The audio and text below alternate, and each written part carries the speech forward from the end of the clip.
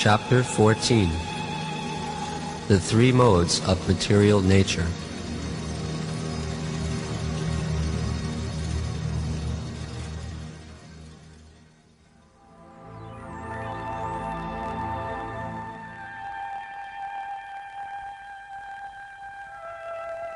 Although I have already explained the supreme wisdom to you, Arjuna, I shall now explain it again in more detail.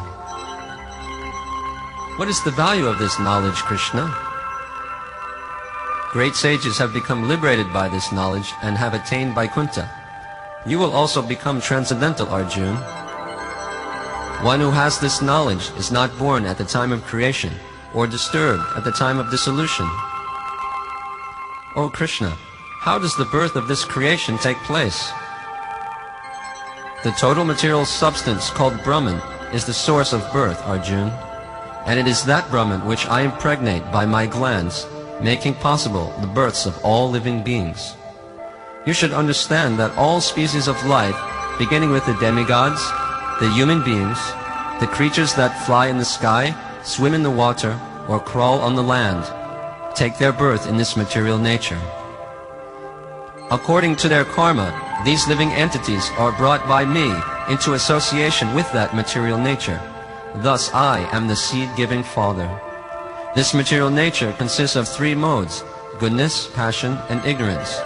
When the eternal living being comes in contact with this nature, he becomes conditioned by these modes. O Krishna, how do the three modes condition the living being? O sinless one, the mode of goodness, being purer than the others, is illuminating. It frees one from all sinful reactions. However, those situated in that mode become conditioned by attachment to both happiness and knowledge. Both bring pride and a feeling of superiority. The mode of passion is born of unlimited desires, hankering for what one does not possess, and attachment for what one already possesses. Because of this, the embodied living entity is bound to fruitive action. However, the mode of ignorance is certainly the delusion of all embodied beings.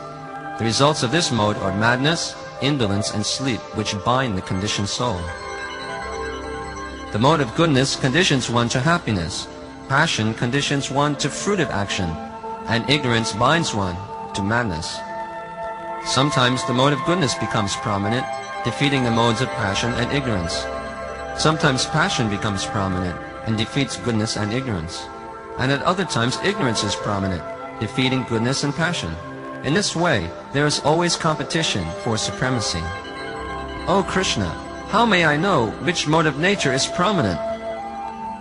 The manifestations of the mode of goodness can be experienced when all the gates of the body are illuminated by the knowledge of proper discrimination, Arjuna.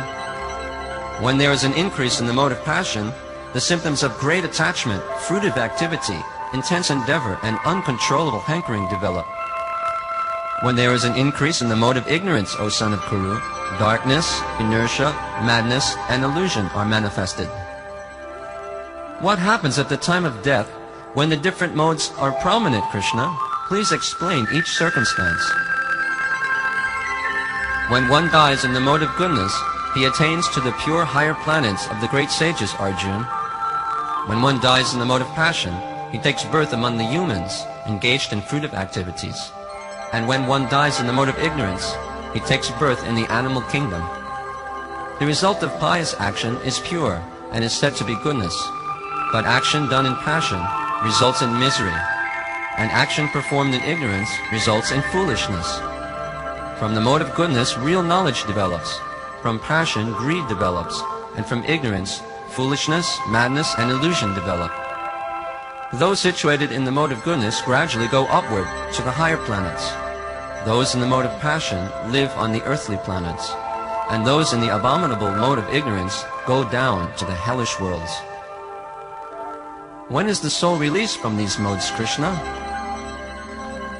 When one properly sees that in all activities no other performer is at work than these modes of nature, and he knows the Supreme Lord, who is transcendental to all these modes, he attains my spiritual nature, Arjuna.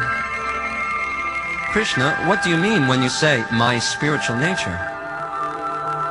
When the embodied being is able to transcend these three modes associated with the material body, Arjun, he can become free from birth, death, old age, and their distresses, and can enjoy nectar even in this life. O my Lord, by which symptoms is one known who is transcendental to these three modes? What is his behavior?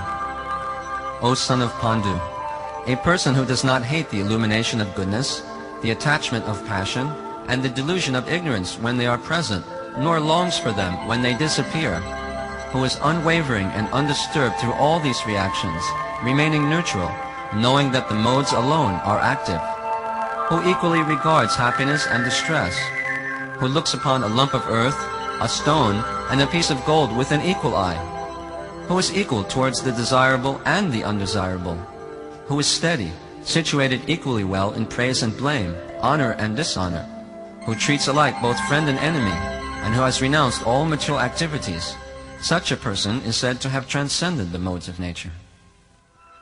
How does he transcend them, Krishna?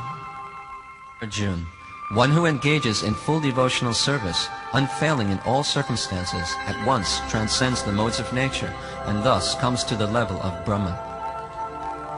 Your devotees are rendering personal service to you, Krishna, so why would they attain Brahman? Because I am the shelter of that Brahman, Arjuna, which is considered the supreme shelter by the impersonalists. Thus Brahman is not different from me. Rather, it is one of my dependent features. Therefore, those who realize me automatically realize Brahman. Hey Vasudev, the Brahman platform is obtained by discrimination between matter and spirit. This is the platform of liberation.